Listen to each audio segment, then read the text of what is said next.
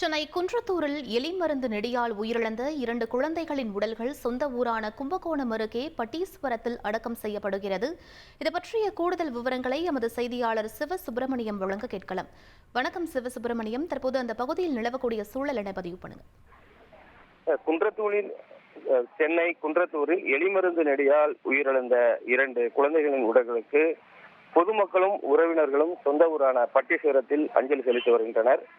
சென்னை அருகே எலிமருந்து நெடியால் உயிரிழந்த 2 குழந்தைகளின் உடல் பரிசோதனை நேற்று முடிந்து உறவினர்களிடம் ஒப்படைக்கப்பட்டது.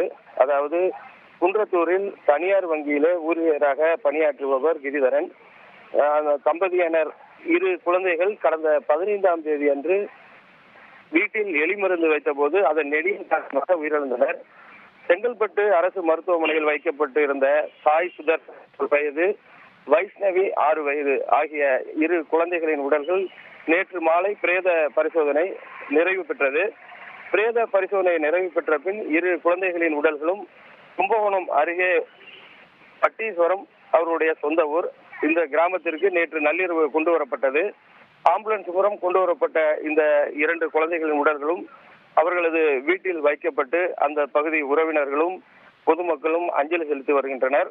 உயிரிழந்த ஆண் குழந்தைக்கு, அதாவது சாய் சுதர்சனுக்கு இன்று பிறந்த நாள் என்பது குறிப்பிடத்தக்க ஒரு சம்பவத்தில் இன்று இந்த சோக நிகழ்வு நடைபெற்றுள்ளது. அந்த பகுதி மக்களிடையே சோகத்தை ஏற்படுத்தியுள்ளது.